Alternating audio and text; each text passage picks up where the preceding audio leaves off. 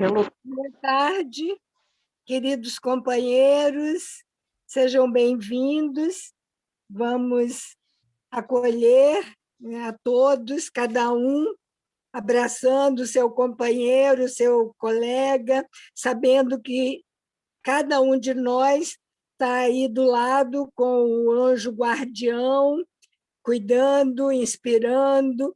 Então, também acolhê-los, dar as boas-vindas a eles, aos invisíveis que se aproximam de nós para nos orientar, nos sustentar, mas também para muitos para aprenderem junto conosco. Nós vamos, hoje é dia do estudo do Evangelho segundo o Espiritismo, nós vamos fazer a leitura de uma página edificante, reflexiva, que está no livro Caminho, Verdade e Vida,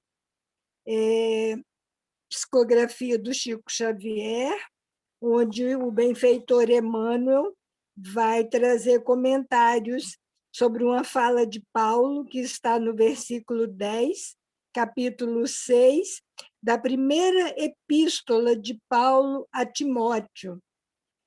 Essa mensagem tem o título Dinheiro.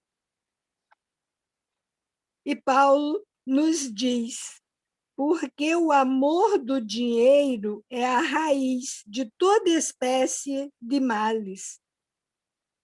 E nessa cobiça, alguns se desviaram da fé e se traspassaram a si mesmos com muitas dores. E agora nós vamos aos comentários de Emmanuel. Paulo não nos diz que o dinheiro em si mesmo seja flagelo para a humanidade. Várias vezes vemos o mestre em contato com o assunto, contribuindo para que a nossa compreensão se dilate. Recebendo certos alvitres do povo que lhe apresenta determinada moeda da época, com a efígie do imperador romano, recomenda que o homem dê a César o que é de César, exemplificando o respeito às convenções construtivas. Numa de suas mais lindas parábolas, emprega o símbolo de uma dracma perdida. Nos movimentos do templo, aprecia o óbolo pequenino da viúva. O dinheiro não significa o mal. Todavia, o apóstolo dos gentios nos esclarece que o amor do dinheiro é a raiz de toda espécie de males. O homem não pode ser condenado pelas suas expressões financeiras, mas sim pelo mau uso de semelhantes recursos materiais, porquanto é pela obsessão da posse que o orgulho e a ociosidade, dois fantasmas do infortúnio humano, se instalam nas almas, compelindo-as a desvios da luz eterna. O dinheiro que te vem às mãos pelos caminhos retos, que só a tua consciência pode analisar à claridade divina, é um amigo que te busca a orientação sadia e o conselho humanitário. Responderás a Deus pelas diretrizes que lhe deres, e ai de ti se materializares essa força benéfica no sombrio edifício da iniquidade.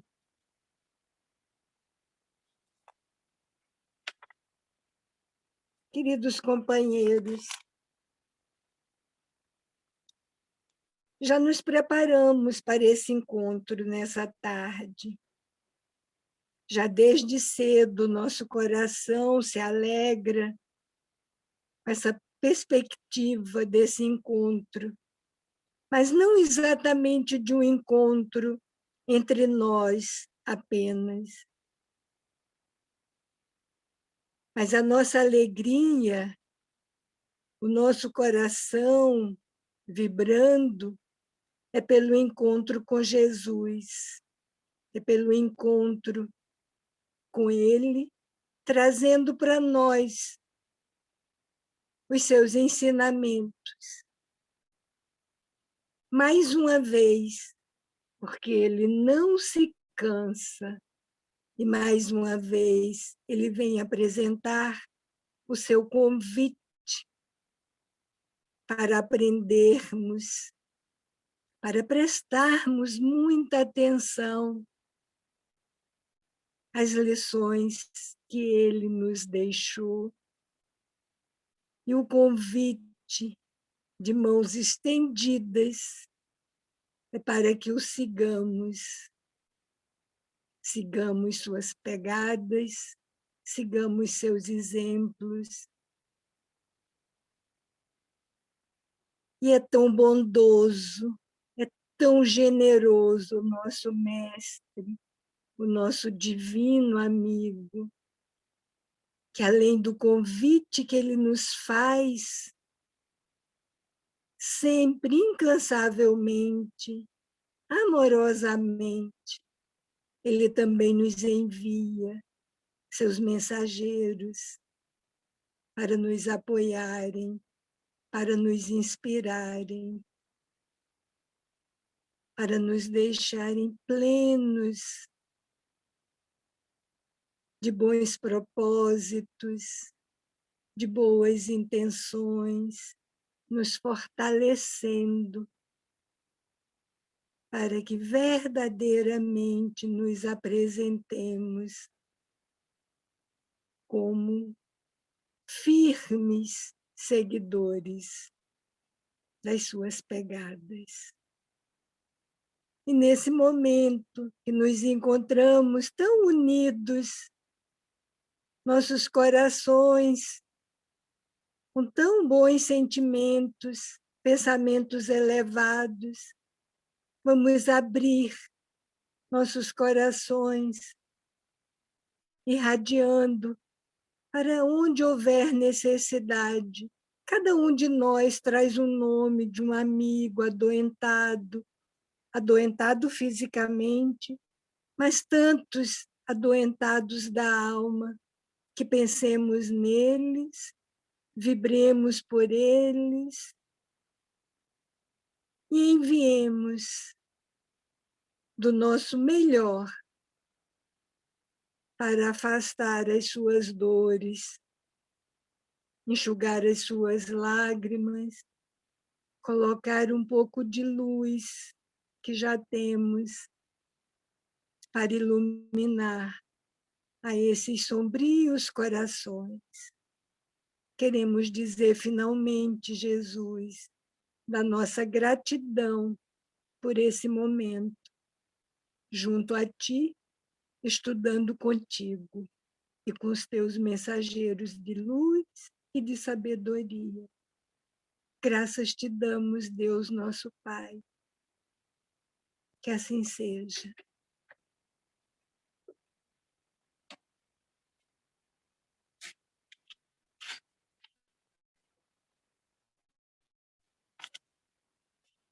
Queridos,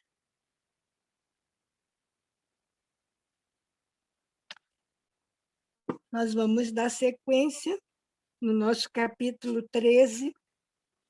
Não saiba a vossa mão esquerda o que dê a vossa mão direita. O nosso item hoje é o item 7 e 8. Mas nós vamos lembrar do item 1, quando, anotado por Mateus no seu Evangelho, no capítulo 6, versículos de 1 a 4, nós recebemos a orientação para ter cuidado em não praticar as boas obras diante dos homens, para sermos vistos, porque senão a recompensa do nosso Pai não chega até nós, né? Ela já está lá. Mas se a gente faz discretamente, a gente se torna merecedor dessa recompensa. Então, para que a gente não trombeteie, não diga aos quatro ventos o que nós estamos fazendo, porque isso é uma atitude dos hipócritas que estão nos templos de pedra, presos e restritos aos muros, às paredes, né, às quatro paredes. Ou então estão nas ruas se exibindo.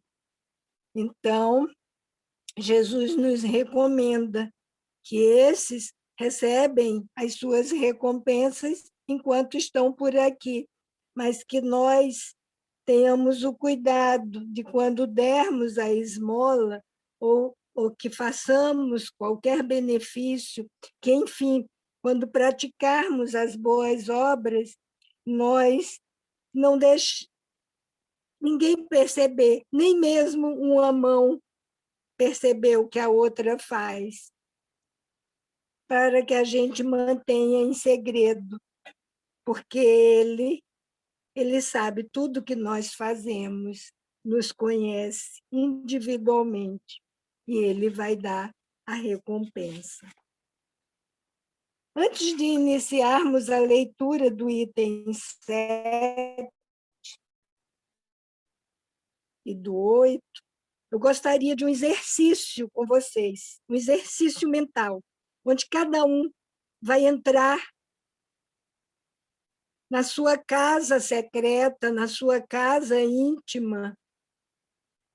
Não precisa falar para ninguém depois do que vocês praticaram. Mas nós vamos fechar os nossos olhos, nos concentrarmos e fazer um exercício de que nós estamos preparando um jantar.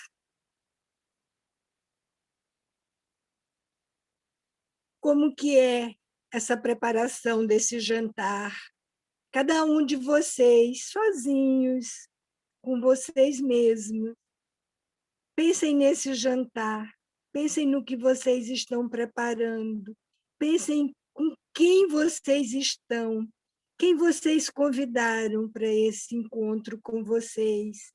Pensem no ambiente que vocês estão preparando, os detalhes que vocês estão observando, cuidando. Mergulhem nas emoções de cada um de vocês. O que é que vocês estão sentindo? Que sentimentos estão nesse momento envolvendo vocês?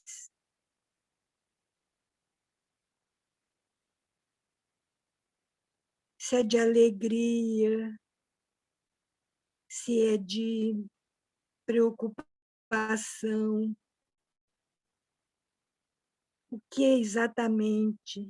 Observem vocês, como vocês estão. Em cada detalhe.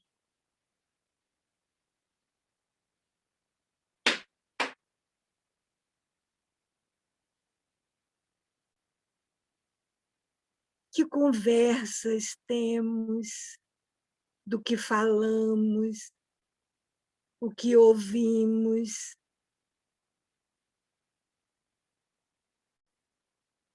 E agora, depois que cada um pensou no seu jantar, pensou nos seus convidados, pensou nos seus sentimentos, pensou nas suas emoções, vamos voltando aqui para nós, para nossa sala, nos vendo, chegando para cá, de volta. E guardem para vocês o jantar e o encontro que vocês prepararam, com quem vocês prepararam, para quem vocês prepararam. Essa semana nós falamos, né, na quarta-feira, ontem, também no livro Nosso Lar. A semana passada, sexta-feira, nós falamos de alimento das almas, que é o amor,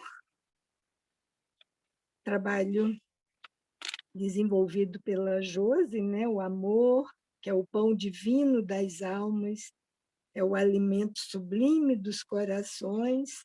Ontem a Tati falou também, de certa forma, sobre refeição, lembrando que a neta da dona Laura, a Heloísa, não é? Ela não veio à mesa porque quem não estava, nós vamos lembrar, não trazemos à mesa qualquer pessoa que se manifeste perturbada ou desgostosa. A neurastenia e a inquietação emitem fluidos pesados e venenosos que se misturam automaticamente às substâncias alimentares. Então, trazendo essas lembranças de estudos anteriores e depois do nosso exercício, nós vamos fazer a leitura do nosso item hoje, o 7 e o 8, que tem o título Convidar os pobres e os estropiados, dar sem esperar retribuição. Inicialmente, é uma passagem que está anotada por Lucas, no capítulo 14, versículos 12 a 15. Disse também àquele que o convidara: quando derdes um jantar ou uma ceia, não convideis nem os vossos amigos, nem os vossos irmãos, nem os vossos parentes, nem os vossos vizinhos, que forem ricos, para que em seguida não vos convidem a seu turno, e assim retribuam o que de vós receberam. Quando derdes um festim, convidai para ele os pobres, os estropiados, os coxos e os cegos. E sereis ditosos, por não terem eles meios de vô-lo retribuir, pois isso será retribuído na ressurreição dos justos. Um dos que se achavam à mesa, ouvindo essas palavras, disse-lhe: feliz do que comer do pão do reino de Deus. E o item 8 traz os comentários de Kardec. Ele repete: quando derdes um festim, disse Jesus, não convideis para ele os vossos amigos, mas os pobres e os estropiados. Estas palavras absurdas, se tomadas ao pé da letra, são sublimes se lhes buscarmos o espírito sentido da palavra, da letra. Não é possível que Jesus haja pretendido que, em vez de seus amigos, alguém reúna à sua mesa os mendigos da rua. Sua linguagem era quase sempre figurada, e para os homens incapazes de apanhar os delicados matizes do pensamento, precisava servir-se de imagens fortes que produzissem o efeito de um colorido vivo. O âmago do seu pensamento se revela nesta proposição: e sereis ditosos por não terem eles meios de vô-lo retribuir. Quer dizer que não se deve fazer o bem tendo em vista uma retribuição, mas tão só pelo prazer de o praticar. Usando de uma comparação vibrante, disse: convidai para os vossos festins os pobres, pois sabeis que eles nada vos podem retribuir. Por festins, deveis entender, não os repastos propriamente ditos, mas a participação na abundância de que desfrutais. Todavia, aquela advertência também pode ser aplicada em sentido mais literal. Quantos não convidam para suas mesas apenas os que podem, como eles dizem, fazer-lhes honra, ou, a seu turno, convidá-los. Ou seja, eu convido para ser convidada. Outros, ao contrário, encontram satisfação em receber os parentes e amigos menos felizes. Quem não tem, né, um primo pobre? Ora, quem não os conta entre os seus? Dessa forma, grande serviço, às vezes, se lhes presta sem que o pareça. Aqueles, sem irem recrutar os cegos e os estropiados, praticam a máxima de Jesus, se o fazem por benevolência, sem ostentação, e sabem dissimular o benefício por meio de uma sincera cordialidade. Nós fizemos o nosso exercício mental. Cada um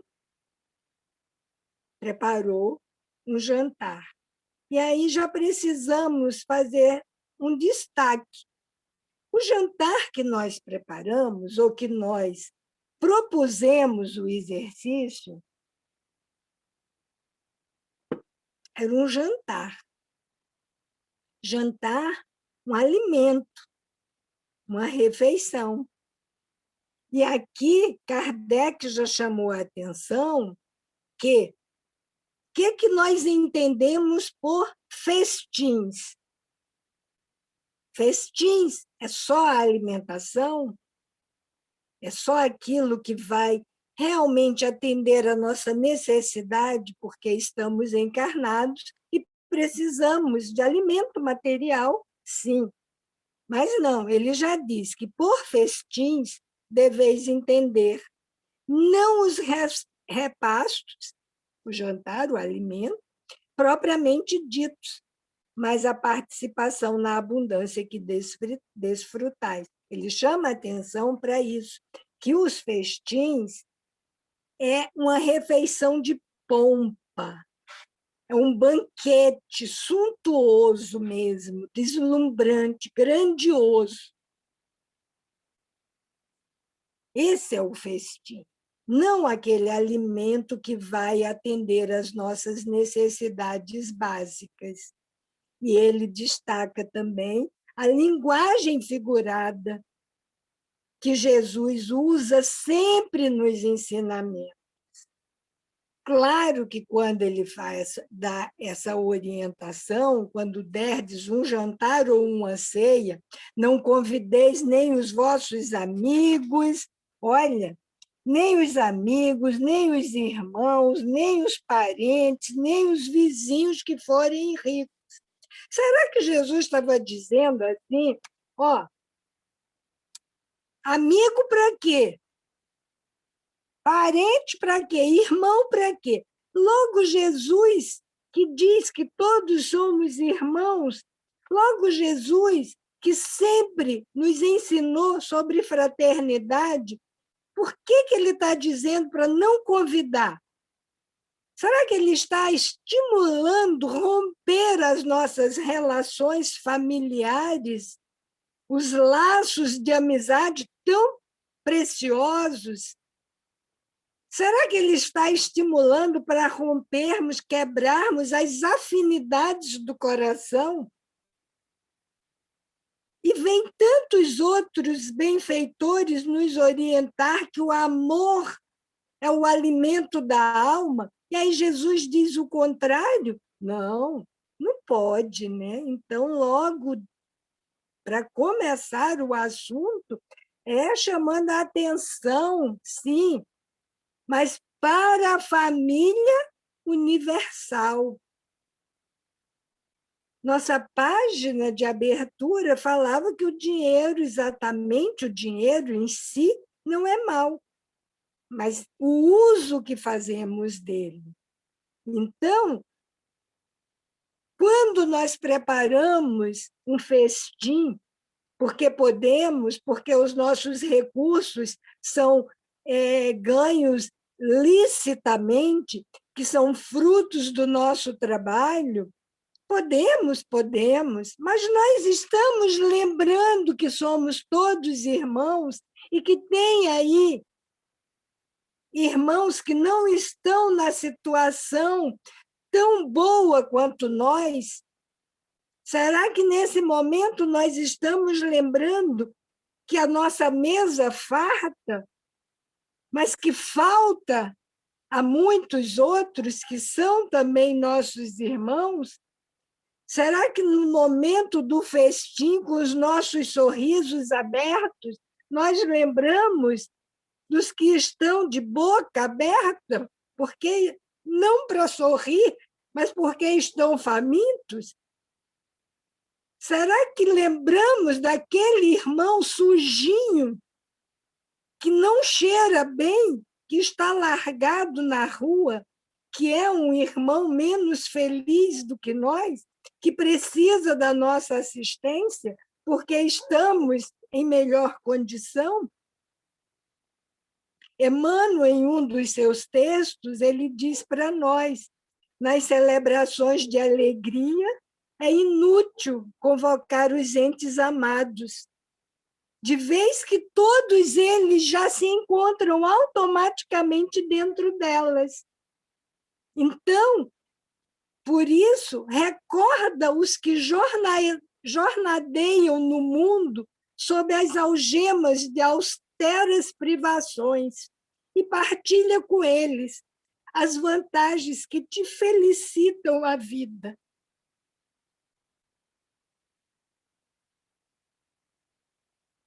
Então, nosso entendimento sobre essa questão não é que seja proibido ou seja condenável o festejar, não é que seja condenável a realização do festim. Os seus recursos materiais vieram honestamente, ganhos honestamente, não tem problema, faça a sua festa.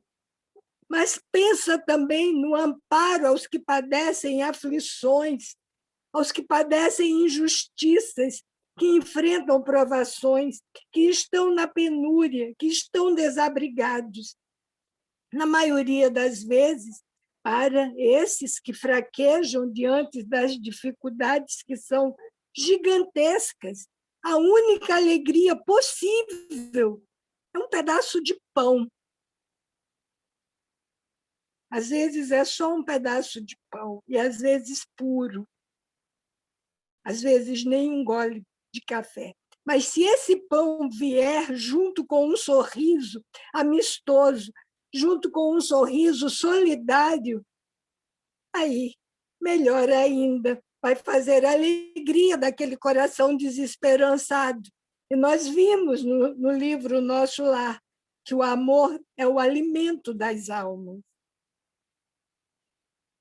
E aí toda a recomendação, quando formos dar a nossa esmola, que sejamos simples, que sejamos discretos.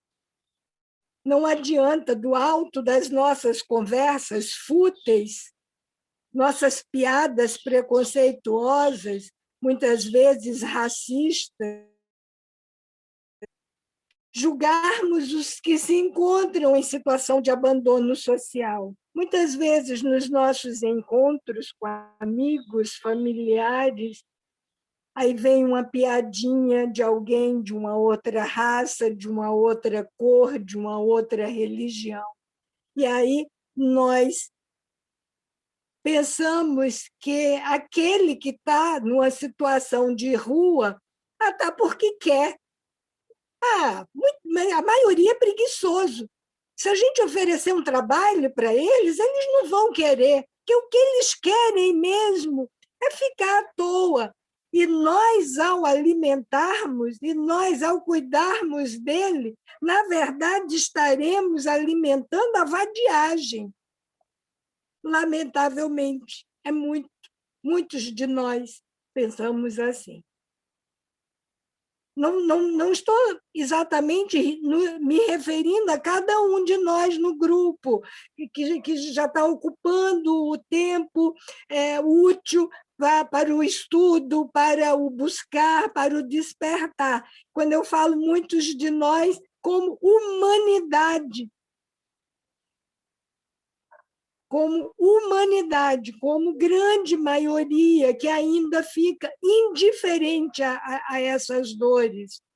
E aí dizemos isso, eles se encontram em situação de abandono por isso, porque eles querem.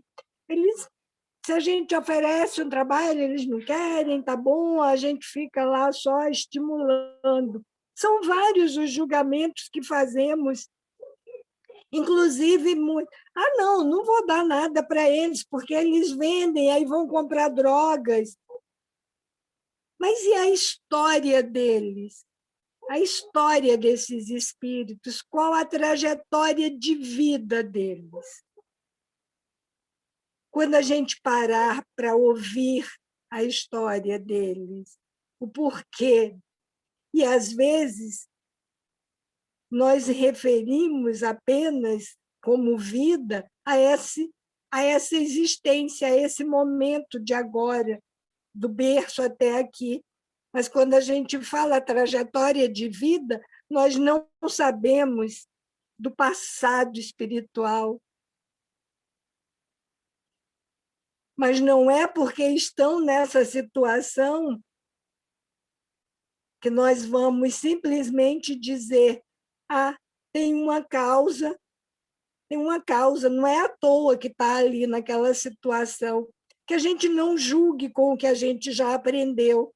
A gente sabe, sim, que nada acontece por acaso. A gente sabe, sim, já aprendeu que a gente tem uma carga nos ombros, mas que não é além da que podemos carregar. Mas não é justo a gente olhar para um irmão numa situação de penúria e dizer: é justo, e não faz nada para minorar, não faz nada para aliviar.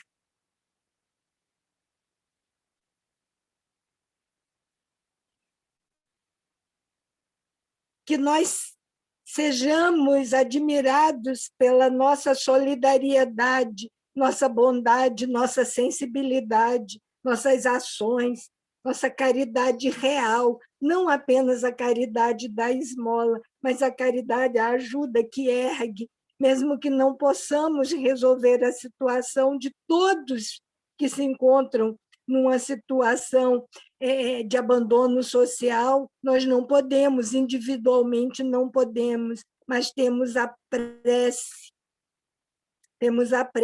e temos o exercício de abrirmos mão das nossas posses, não valorizarmos tanto os títulos, as aparências, o brilho aparente, porque tudo isso é irrelevante.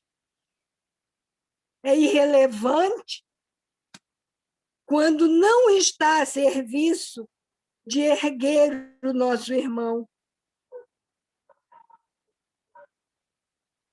Porque podemos, sim, ser ricos materialmente, podemos, sim, dar as nossas festas, mas nos preocupando também em estender as mãos para recuperar alguém, para restaurar a esperança de alguém. Porque a posse, o título, os anéis, as joias são valores perecíveis, passageiros. Isso não nos conduz à felicidade, não nos transforma, não nos redimensiona, não nos redesenha. E até quando nós vamos continuar construindo nossa felicidade em bases frágeis? A base é frágil se colocamos a nossa alegria e a nossa satisfação apenas em algumas horas de um festim. O quando vai se modificar ao percebermos que há outros sentimentos mais duradouros que alimentam de fato a nossa alma e que vão dar brilho aos nossos momentos. Aí sim, quando nós percebermos isso, a transformação começa a acontecer. O festim, aquela pompa, aquela grandiosidade, grandiosos somos nós. Grandiosos somos nós, que somos criaturas de Deus. Grandiosos pertencemos, existir é isso. É essa consciência de sermos criaturas de Deus, filhos de Deus. Esse é o que é o grandioso. Hora de olhar, de voltar o nosso olhar para o nosso interior, para buscar o que de fato alimenta a nossa alma, o que de fato dá brilho ao nosso interior. Quando nós deixarmos de valorizar a opinião fútil do outro, porque também nós olhamos o outro por fora, como está o cabelo do outro, que sapato está usando, e nós não cuidamos da nossa palavra, da nossa emoção, do nosso sentimento, descuidamos disso. Quando deixarmos de valorizar tudo isso, quando deixarmos de nos fixar nas ilusões, nas glórias aparentes do mundo e buscar a glória do que nasce da consciência edificada em Deus, aí sim. E para isso precisa olhar para si próprio, estudar a si próprio. E discretamente, sem ostentação, que é toda a recomendação desse capítulo,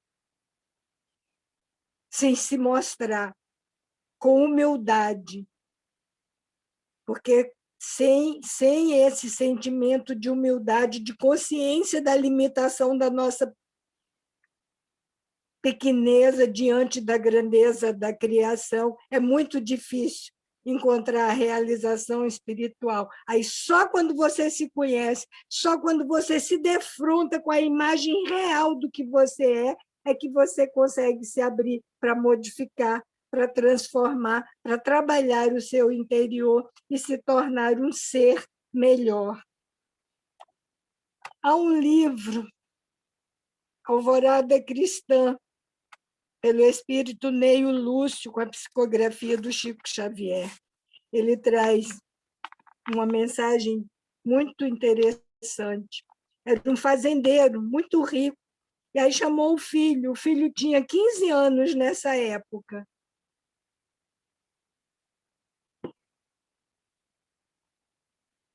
E aí ele diz para o filho que todo homem apenas colherá daquilo que plante. E ele orienta o filho: cuida bem de todos, para fazer o bem a todos. Só assim você será feliz. O rapaz ouviu o conselho e no dia seguinte, logo, ele plantou um minúsculo cajueiro num local próximo da estrada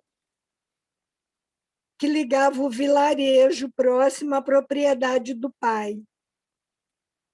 Aí depois ele recebe, na semana seguinte, um dinheiro da mãe dele como presente. Ele foi à vila, na vila, no vilarejo, e ele usou o dinheiro para ele proteger, comprou material para proteger uma pequena fonte natural que tinha. E aí ele construiu ali um abrigo, chamou algumas pessoas, alguns trabalhadores, que ele recompensou, inclusive, generosamente com aquele dinheiro que ele tinha recebido da mãe, e que aquela fonte, aquele abrigo ali, seria útil para todos. Aí ele prestou atenção que havia vários pedintes, mendigos, que passavam por ali, que ficavam ao relento. Aí ele acumulou recursos que ele recebia da família, ele guardou, e quando ele completou 20 anos, ele construiu um albergue que era para asilar aqueles que estavam ali desabrigados, sem recursos. Aí a vida passou, a mãe dele parte, volta à pátria espiritual num acidente, num desastre. O pai também partiu por outra situação lá, e ele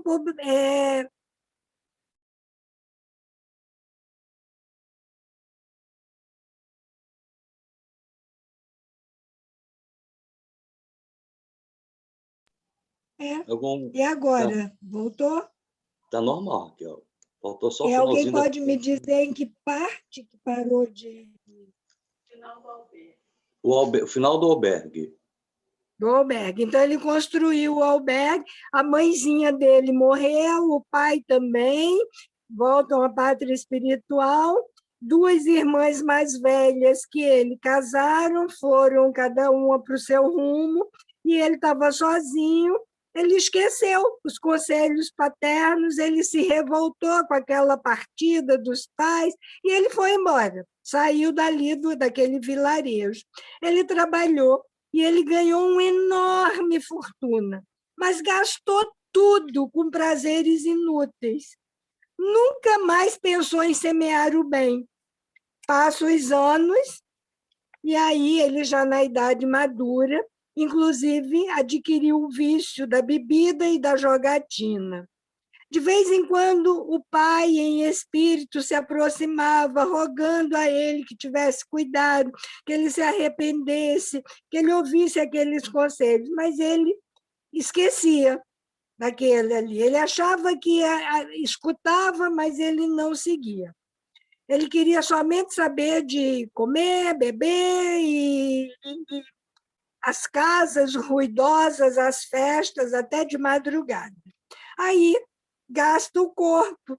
Ele começou a desequilibrar fisicamente a sua saúde, se comprometeu, e ele vai ficando adoecido, perdeu toda a fortuna que ele possuía, com viagens, com bobagens, tratamentos, noitadas, e ele não tinha amigos, que os amigos que tinham se interessavam pelas posses dele. Quando ele ficou empobrecido e doente, foi todo mundo embora e ele ficou relegado ao abandono.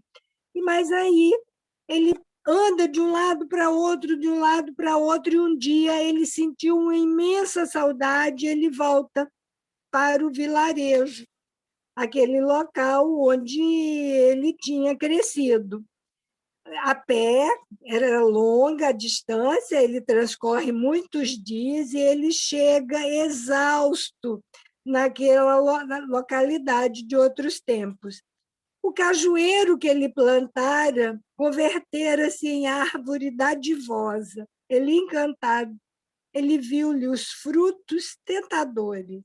E, encantado, ele aproveitou para matar a própria fome. E ele vai até o vilarejo. Ele tinha sede. E aí ele encontra a fonte que ele havia preparado. A corrente cristalina, bem protegida, ele mata a sede. Ninguém o reconheceu de tão abatido e envelhecido que ele estava. Em breve, desceu a noite e ele sentiu frio.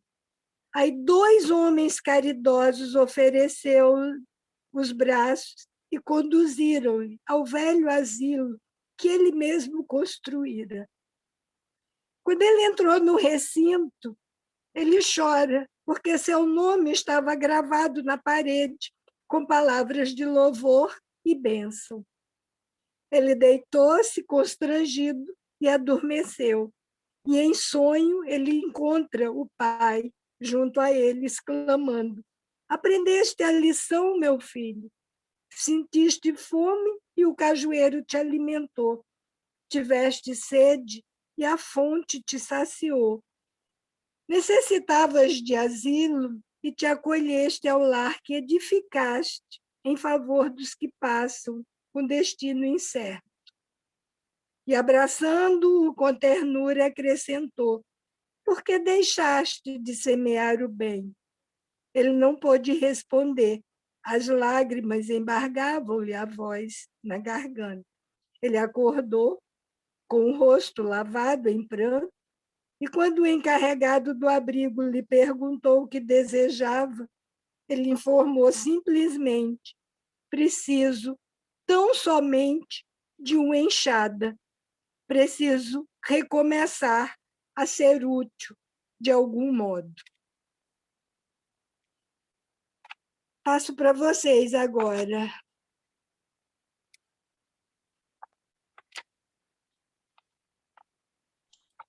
Posso? Olá, posso falar Segue em algo? frente, Marco. Tranquilo, você é o primeiro. Então, tá bom, eu estava olhando aqui para ver se tinha alguém com mão levantada ou não. População mundial hoje, qual é a estimativa? Quem tem uma ideia? Acho que o Luciano pode me ajudar. É em torno de 8 bilhões.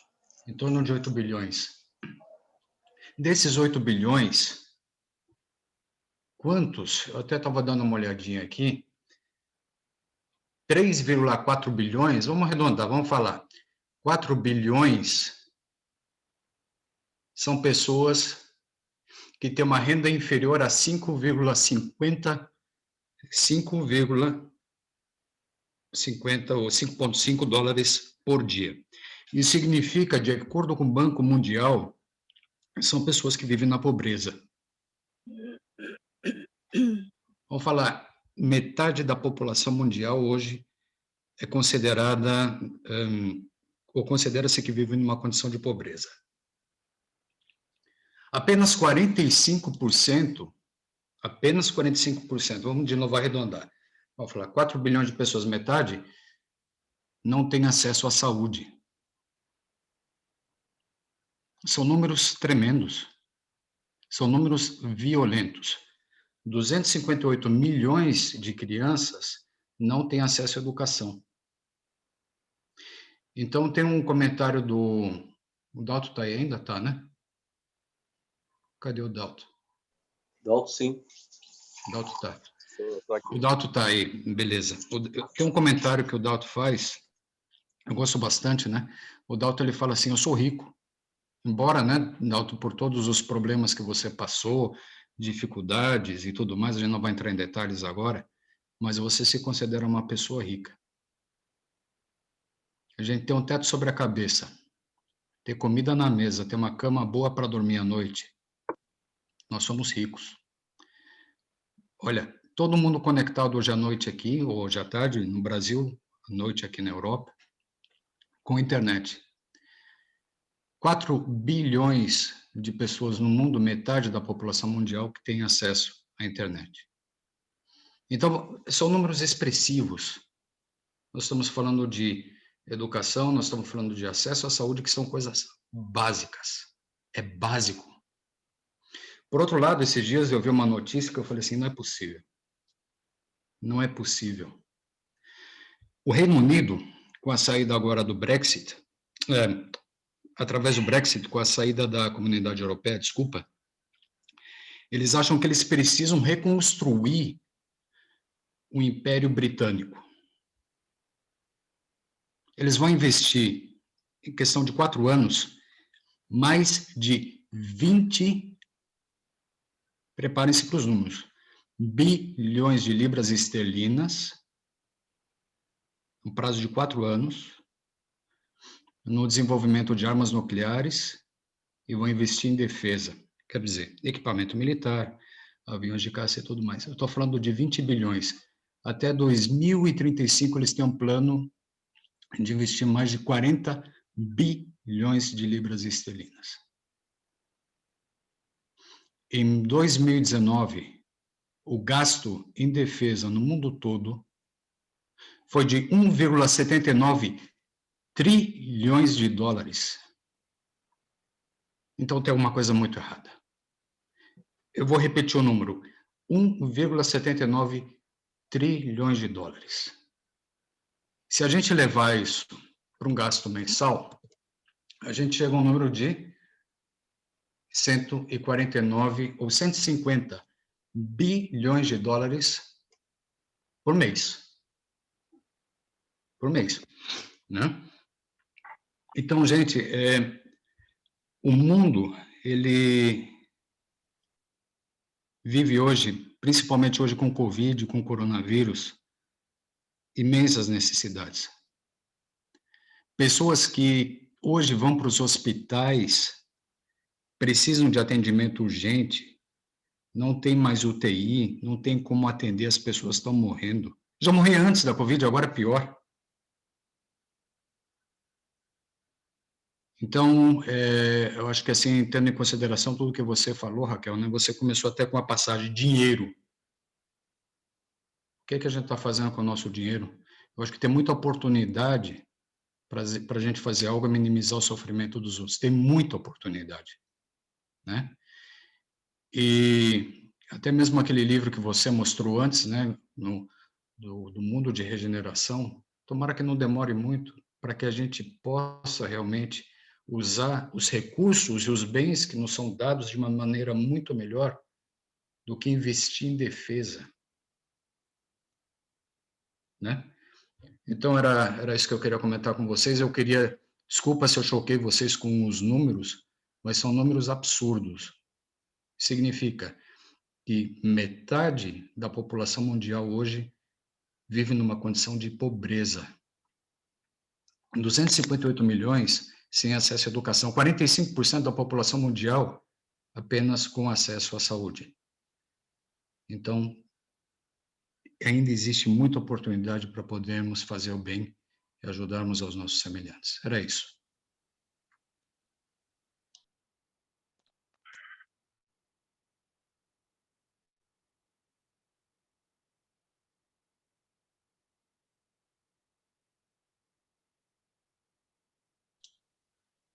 Eu espero só não ter cortado barato assim do estudo. Eu não queria deixar ninguém em choque.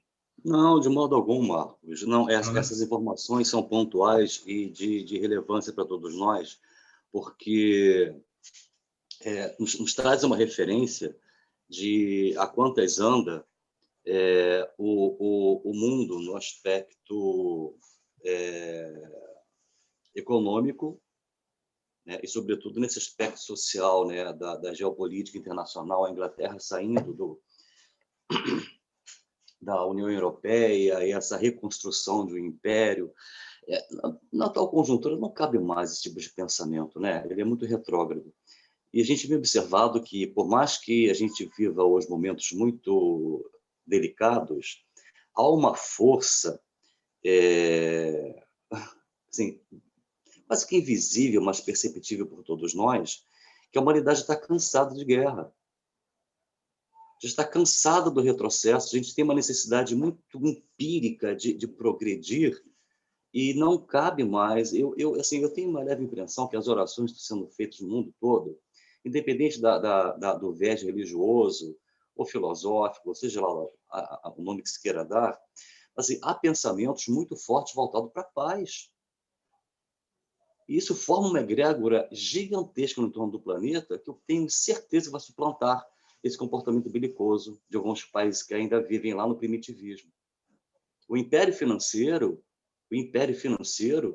está em vias de acabar. Porque não há como, é um modelo ultrapassado, já há bastante tempo, aonde o imperialismo capitalista ele sufoca os pequenos, porque é através dos pequenos que eles se enriquecem cada vez mais, até porque para que existam as grandes potências milionárias, há também de existirem as grandes potências pobres, e a pobreza que alimenta a riqueza. Esse tipo de discurso é muito interessante, porque, inclusive, algumas pessoas talvez até tenham alguma dúvida, alguma dificuldade, mas assim, é esclarecedor, é pontual, porque nós vivemos hoje esse grande momento de transição, e onde nós estamos percebendo que os modelos e conceitos que já estão ultrapassados, mas que ainda vigem na nossa sociedade contemporânea, estão em vias de acabar.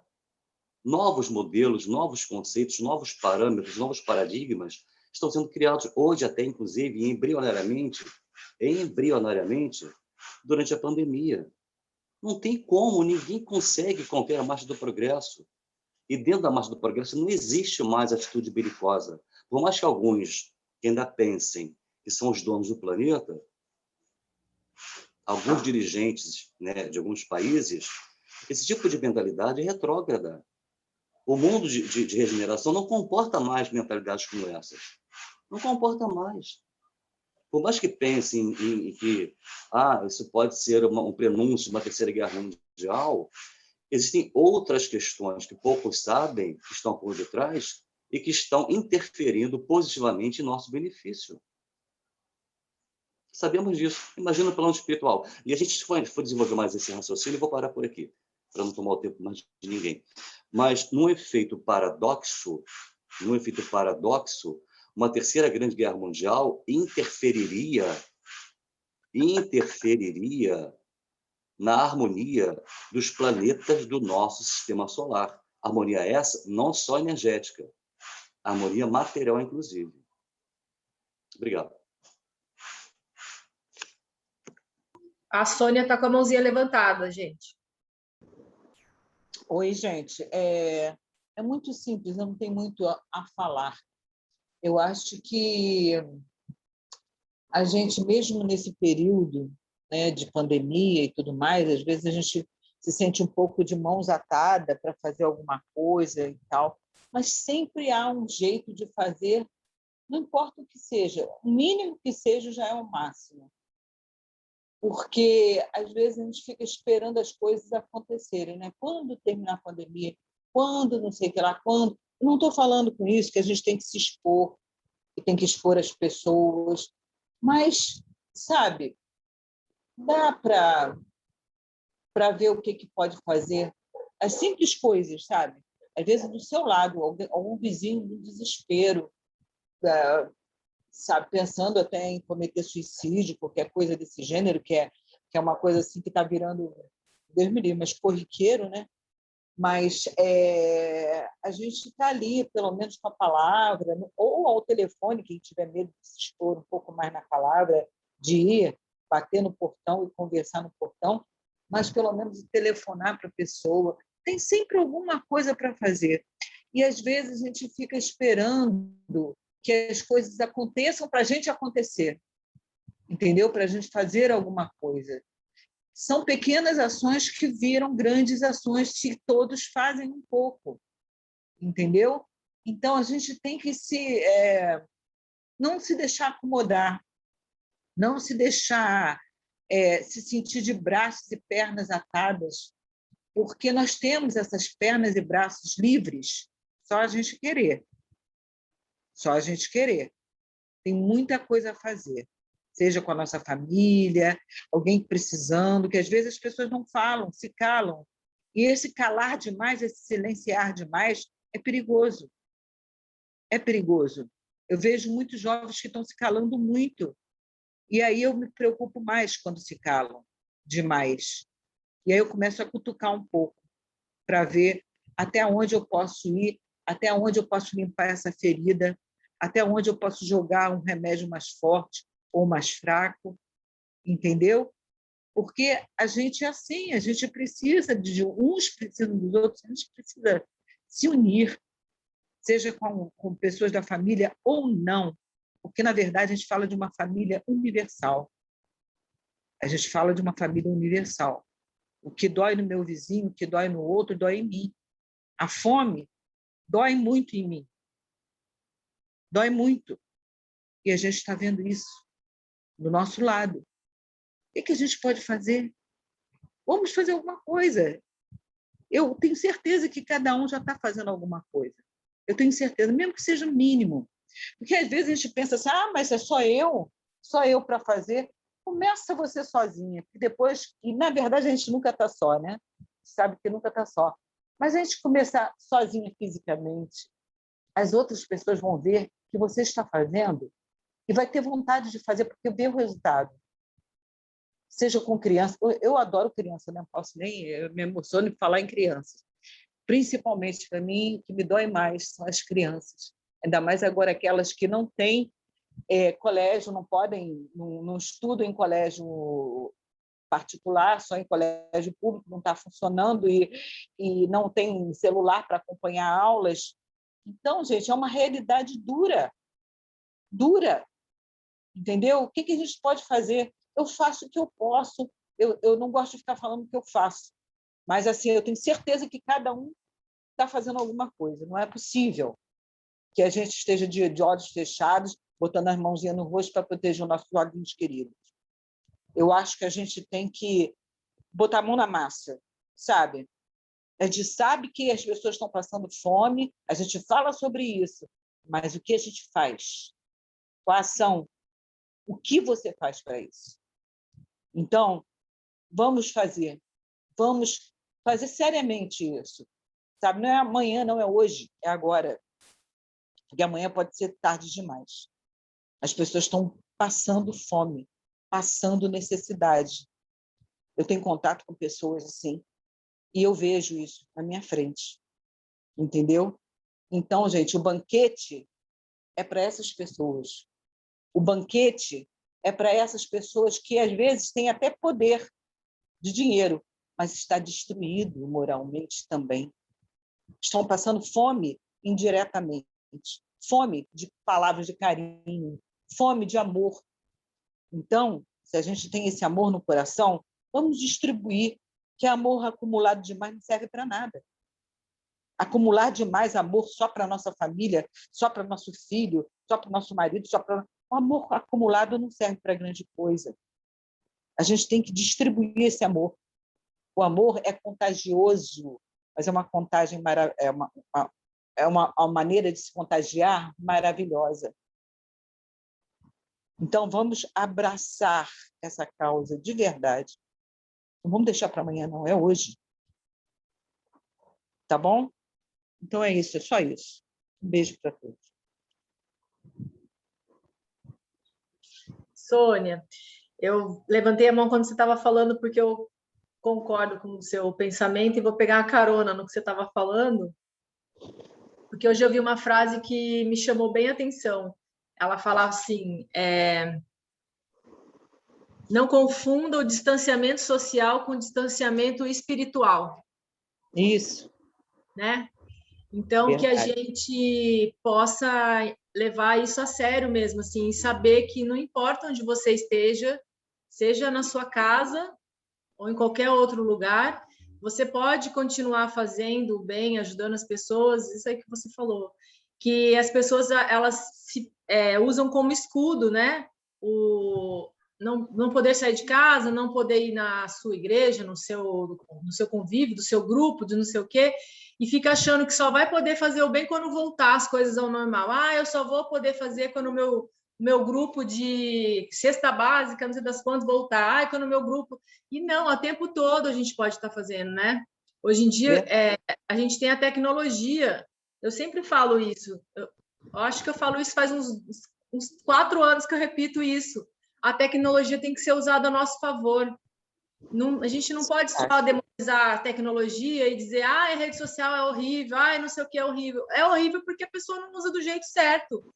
Porque se ela pegar aquele canal que ela tem, aquelas pessoas, aquela rede de pessoas que estão assistindo ela e falar coisas boas, dar o exemplo, fazer aquilo funcionar de uma maneira positiva, a tecnologia é maravilhosa. Quando que você ia imaginar que você está numa reunião, o Marcos e a Cris lá da Alemanha a Fátima lá da Inglaterra, eu aqui em Caraguá, vocês na Ilha Grande, o outro em Campo Grande, o outro... Camila na França. Camila na França. Né? Exato, Camila na França. Então, o grupo resolveu usar a tecnologia para o bem-estar, para o nosso e das pessoas à nossa volta, porque eu tenho certeza que a gente... Obrigada, eu tenho certeza que a gente sai modificado a cada estudo. E outra coisa que a gente faz muito bem um para o outro é a corrente do levanta e sacode a poeira e dá a volta por cima, porque não é todo dia que todo mundo está bem. Claro. Então, sempre um ajudando o outro. Seja no nosso grupo do WhatsApp, seja aqui na hora do estudo, né? Então, eu acho perfeita a sua colocação e acho legal a gente falar, porque além dos desencarnados que estão assistindo, as pessoas que estarão no YouTube vendo a gente falar podem replicar isso para outras pessoas, né? Claro. E que eu acho interessante nesse grupo também, que eu tenho certeza, é que quando por exemplo, se eu me sinto fraca, se eu me sinto um pouco abatida por tantas coisas que vão acontecendo na vida e tal, tem o outro que ajuda a gente a levantar. Tem sempre um anjo da guarda nosso, entre nós, fisicamente, encarnado. E olha, qualquer coisa, eu estou aqui à disposição, tá? Olha, o meu horário de trabalho é tal, mas a partir do tal horário você pode ligar, porque eu estou à disposição. Isso é maravilhoso. Isso é maravilhoso, é um bem-estar, é uma coisa assim que Jesus só está aplaudindo. Entendeu? Eu tenho certeza disso. E só para costurar a nossa conversa e passar a palavra para a Cláudia, que está com a mãozinha levantada, eu acho que o assunto de hoje está extremamente ligado à quinta passada, ao óvulo da viúva. Podemos a todo instante dar, mesmo se a gente não tiver nada, 10 centavos, a gente tem 5 minutos, 2 minutos a gente tem para doar.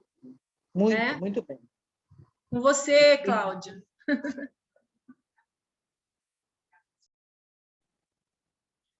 Então, quanto à pandemia, quem foi a minha inspiração foi a Anne Frank. Anne Frank, ela ficou 2 anos no subterrâneo, comendo batata. Essa é a história, entendeu? O refúgio. Então, quando começou, e dia 20 agora, vai fazer 1 ano que eu saí da ilha, né? Eu estava de férias na ilha, né? E tive que interromper por causa da pandemia. E então, ela foi a minha grande inspiração, sabe? Acho que é uma coisa bem assim, que a gente tem sempre que olhar alguma coisa, né? Bom, e quanto ao estudo de hoje, eu estou ainda querendo entender qual foi o gatilho que fez ele mudar o pensamento dele. Ele estava indo no caminho do bem, ele estava no certo, né? Ele estava no certo, estava fazendo tudo. E aí teve uma chave, e que essa chave que eu tenho medo. Quero ouvir. A Sônia está mostrando o livro para você, Dani. Deixa eu ver, peraí. Não, peraí, eu fechei, foi a minha câmera.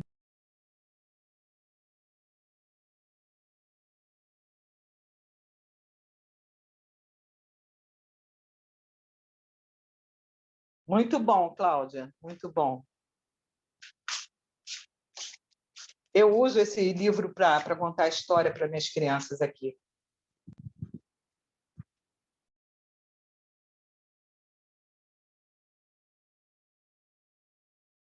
Eu acho que a Cris está ali matutando, alinhando o pensamento para falar alguma coisa. Sobre a história que... que eu peguei. Deixa eu falar que ela... A Cláudia fez uma pergunta, né? Sobre o personagem do livro Agenda Cristã. É isso, Cláudia? Sim, é porque teve algum momento de alguma coisa que aconteceu que ele saiu né, da história, né? E isso é muito preocupante, né? para todos nós ainda, por conta da construção que é feita.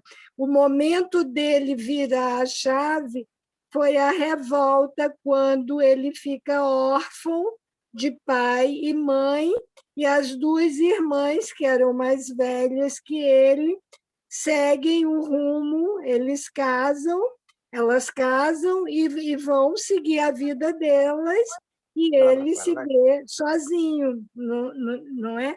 Então, assim, ele tinha tido toda a oportunidade, a formação, o pai orientou, e ele vinha seguindo até os 20 e poucos anos.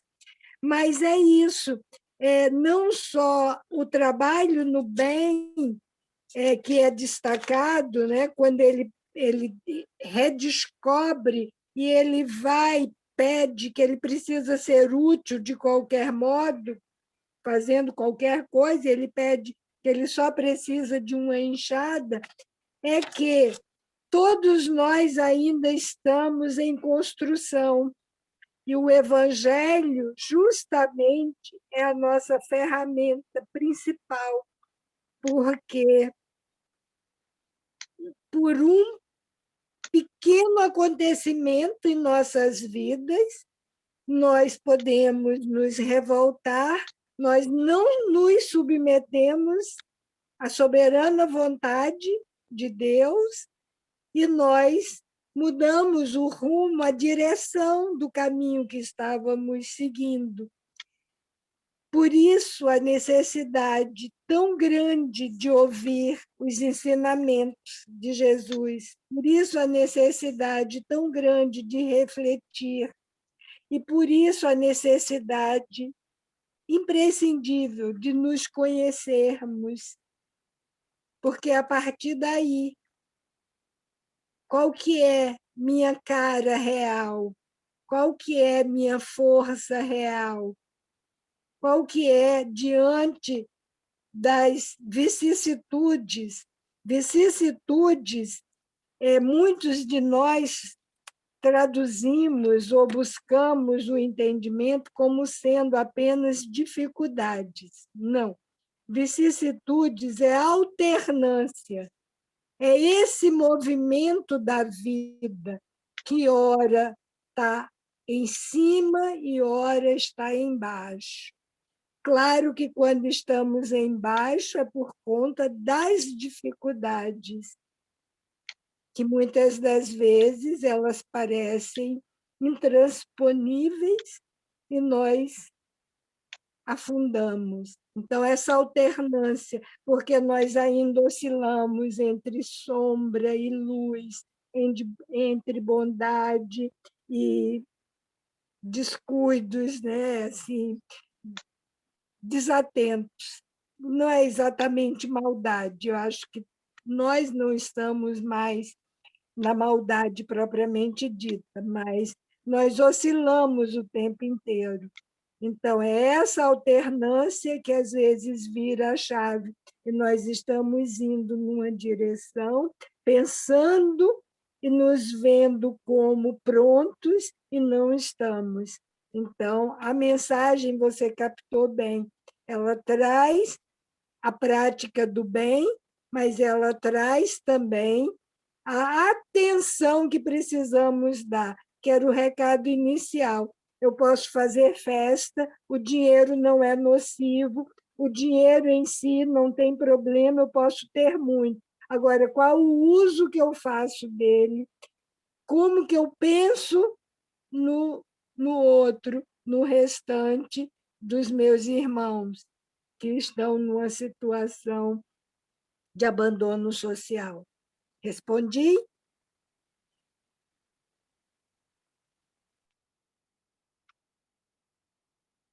O Marcos Celeno está com a mãozinha levantada. Oi, gente, boa tarde. Bom, eu levantei a mão no intuito também de dar uma resposta à Cláudia. A Raquel já respondeu praticamente tudo que eu ia falar. Só uma complementaçãozinha, né, que ele realmente teve esse gatilho, como a Raquel explicou aí, foi o que aconteceu com ele, de perder os pais, as irmãs irem embora, ele se sentir sozinho. Então, eu lembrei, se eu não me engano, foi ontem ou anteontem, no grupo da noite que eu e o Zé participamos, nós estávamos estudando sobre os suicidas, né, o céu e o inferno, né?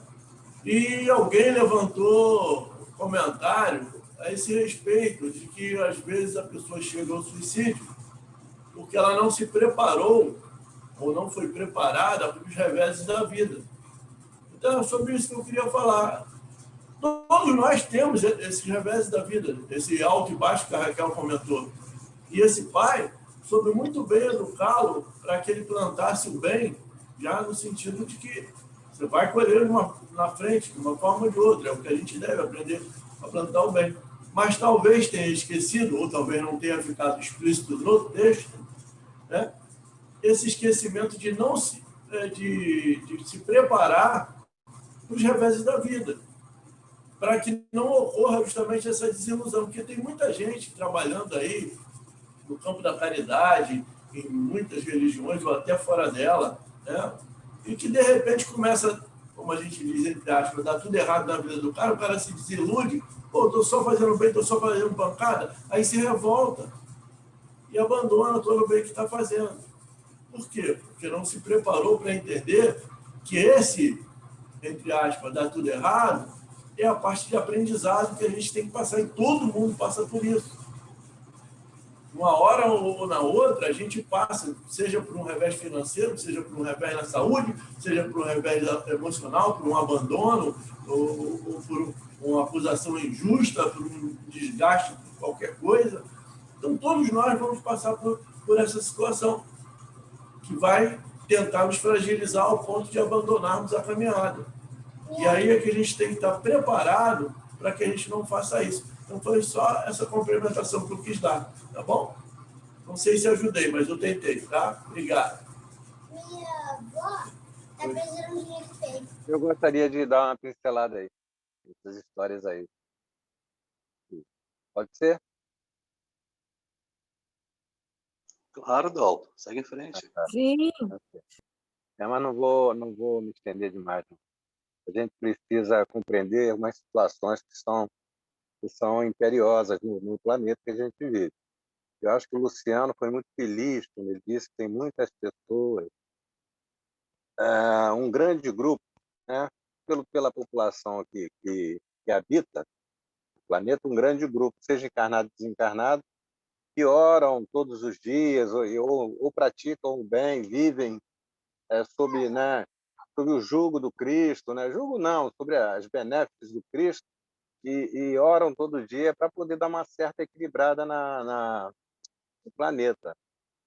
Porque o caos, nós vivemos nele, é constante nesse planeta. Já foi muito pior, tivemos a oportunidade de reencarnar tantas vezes para nossa melhora, e agora só uma intervenção divina é que pode salvar não, modificar o sistema habitacional de uma boa parte da população terrena. Então, a gente está conhecendo, hoje está muito em moda, em voga, aí, os assuntos da transição planetária. Porque, pelo atraso nosso, o Marcos falou de uma coisa aí espetacular, o Pré. Como é que um país vai gastar trilhões de reais em armamento que a gente não conseguiu ainda, desculpa a expressão, a gente não sabe fazer direito com o cocô que a gente faz. A gente não sabe, a gente joga no rio e se bebe água com gosto de fezes, de esgoto. Como é que o cara gasta trilhões em armamento? Nem vamos falar do nosso país, não, que a gente, né, senão a gente entra em discussão, isso e aquilo, tal, né, posicionamento, né? A reclamação que o nosso governo, não estou falando do governo da pessoa, das pessoas, não, a nossa situação no Brasil, em que a pandemia é preferível que você vá para o seu trabalho, né, para trabalhar, e isso aí é o óbvio, porque precisa realmente de trabalhar. Agora, tem condição? Eu vou 2 dias por semana no centro da cidade, eu vou para o Madureira e pego um trem. me expondo assim, não só eu, todos que estão no trem, a pegar o vírus, adoecer e morrer.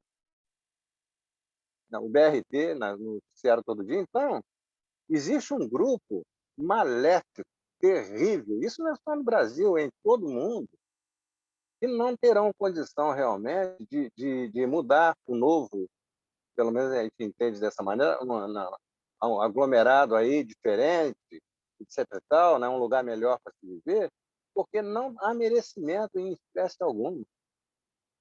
O dinheiro fala mais alto, o egoísmo fala mais alto, não tem jeito. Essas pessoas, ou nós, ou eu, enfiado nesse grupo aí, estamos fadados realmente a ter que mudar, ter que sair da sociedade que já tem a sensibilidade crística, já que já tem né, as coisas de Jesus já tocou o coração, tem que separar. Só uma intercessão divina. Graças a Deus, muitos de nós, esse grupo e tantos outros que professam, né, o mesmo sentimento, seja lá de que religião for, né, que não importa, tem gente ruim dentro das religiões, né, com a atual situação você vê tanta gente que eu idolatrava, não idolatra ninguém, não, mas pessoas que eu achava assim, que eram um exemplo de espírito que podia, né, conduzir uma sociedade, podia cristã, nada, tá, né, máscara caiu e está tudo certo. Né, a gente não pode fazer nada contra isso. Só uma intercessão divina. Quando o sujeito que está em situação difícil, ele arranja uma possibilidade, um meio de crescer na sociedade financeiramente, ele abandona os credos dele, abandona tudo e se mete e vai embora. Poucos recuam diante desse chamado. Até no Evangelho, muitos daqueles que, né, fala do meu nome vai espiar, porque as condições naturais do planeta vai tirar o sujeito do caminho. Eu acho que nós estamos trabalhando bem. Não sei se vou estar nesse grupo. Acho muito difícil. Dos mundos mais felizes, né, que na transição. Acho que vou ter que purgar bastante coisa por aí ainda. Mas, como o Chico disse, para mim mesmo, o Chico falou comigo mesmo, o Chico, vive orando ao Senhor Jesus que o permita, se for no merecimento dele, ele permanecer por aqui num planeta melhor, ainda junto com toda a população desses que já cresceram, que já evoluíram, né, vivendo por aqui, né, fazendo planos de ajuda, de auxílio a planetas em maior dificuldade ou igual à dificuldade que a Terra está passando nesse momento. Então, Luciano, eu vou te chamar de mestre, Luciano, porque quem ensina para mim é mestre, né? Quem ensina, quem, né, doa seu tempo e se dedica, né? Todos vocês que estão aí, mas o Luciano em especial. E a Raquel também, que fala muito do Evangelho. Nós, os outros, né, somos pobres mortais, mas esses aí são Luciano, Seleno, já superaram essa fase dos mortais, que já estão no outro plano de conhecimento melhor. De sensibilidade, talvez não, mas de conhecimento, sim. Nós chegaremos lá também a qualquer momento desse. Eu vejo muito dessa maneira. Então, a gente precisa realmente fazer um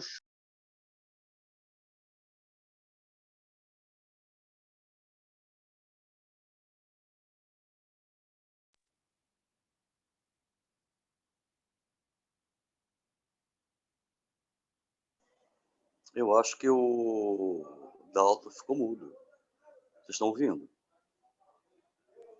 Estava fechado o microfone dele. Perdeu o seu áudio, Dalton.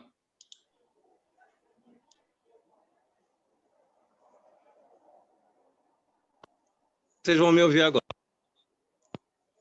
Estão ouvindo?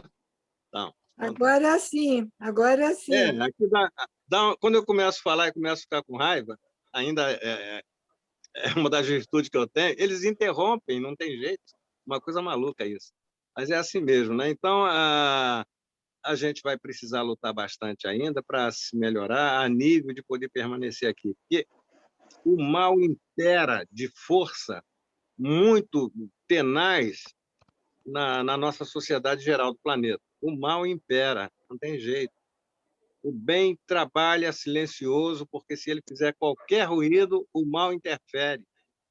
Não deixa, não deixa. Uma coisa louca isso, uma coisa assim, né? Dá para se perceber, né? No nosso dia a dia. Então, eu gostaria até de passar para vocês, dentro das dificuldades, eu estava falando que são 20 milhões de miseráveis no Brasil, de miseráveis. Acho que já passou desse nível agora com a pandemia, de miseráveis que não têm o que comer e aonde morar. No Brasil. Acho que o Uruguai deve ter 7 milhões de pessoas, né? No Brasil tem 20 e poucos milhões de miseráveis sem acesso à comida. Sem acesso à comida. E, infelizmente, falando do Brasil, hein? Infelizmente, a gente precisa se movimentar para minimizar parte desse sofrimento. A Soninha tem razão, todos aqui têm razão no que falam a respeito disso. E eu queria fazer um pedido a vocês, um pedido assim, desculpem, né? Pedir para os outros é mais fácil do que pedir para mim mesmo, né? Então, eu acho que quando eu peço para Frei Luiz, eu não peço para mim, eu acho que eu peço para o mundo, para o planeta, para as pessoas. Estamos começando a entrar em grande dificuldade de sustentar o Frei Luiz da maneira que está no momento. Não tem renda. Não tem como. Alguns doadores, como disse a Soninha também aí, já não tem mais recursos para manter a casa. Então, a casa está entrando em dificuldade. Nós ainda sustentamos 500 e tantas crianças, são 146 funcionários. Se você multiplicar isso por 5, cada família, é uma situação muito complicada para casa, enfim. Né? A gente precisa, de alguma maneira, usar os canais que a gente tem. A Tati foi muito feliz em falar isso, e eu tomei coragem de falar isso para vocês. Né? A situação está começando a ficar muito grave, né, dentro da casa do Frei Luiz por falta de recursos, não tem jeito.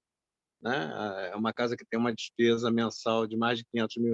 Imaginem vocês, né, como sustentar uma obra filantrópica sem recurso nenhum, não é uma ONG, não é nada, né, não recebe dinheiro de ninguém, a não ser dos próprios associados. E eu estou falando porque eu estava presente na reunião onde a entidade que traz as informações e ajuda a diretoria a conduzir a casa, ela falou, é hora do médium sustentar a casa. Mas com esse afastamento, esse isolamento, não vai ninguém. E a gente entende, eu tenho falado bastante para vocês aqui, em cada 100 escapa 3, 4. Que estão de pé, estão firmes ali para segurar a casa. Então, se tínhamos 2.000 médios na casa, provavelmente a grande maioria está em dificuldade financeira, porque quebrou. A maioria quebraram, pequenos comerciantes, pequenos empresários, que com a pandemia quebraram, eles não têm mais recursos, não tem mais jeito de... Estão tentando sobreviver, sem ter que pedir esmola a ninguém.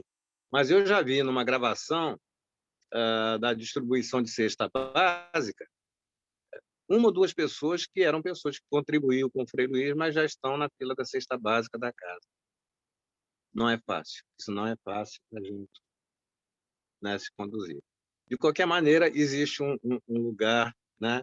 Não passem nada para minha mão, quem quiser fazer alguma oferta, é Lar de Frei Luiz, tal, papapá, né?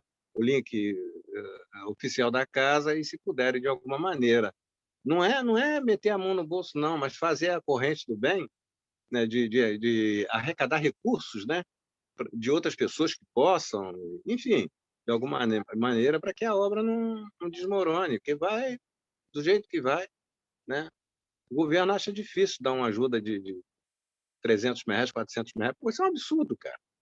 Isso é um absurdo. Falando-se de Brasil, isso é um absurdo. Isso é fazer todo mundo de idiota, não é? Então, a gente já sabe que assim dinheiro tem, só que está em outro lugar, está enfiando em outro lugar. A gente sabe disso. Né? Então, desculpem aí, a indignação com o país, né, com a governança, né, por nós mesmos, né? E na parte do Evangelho, eu acho que estamos ótimos. Na parte do Evangelho, naquilo que a gente entende que possa ser o nosso passaporte para um mundo melhor, nós estamos bem, graças a Deus. Não a população toda, porque a gente já sabe que um número muito pequeno vai alcançar a graça de E eu ainda não me considero nesse trem, não, né? Eu espero ir, nem que seja pendurado na porta, no último vagão, né? Passar por essa Tá situação. bom, Dalton. Fazer o quê? Bom, Muito bom, obrigada. Lamentavelmente, a gente ainda é escravo do tempo, já passamos do nosso horário, já são 17h37.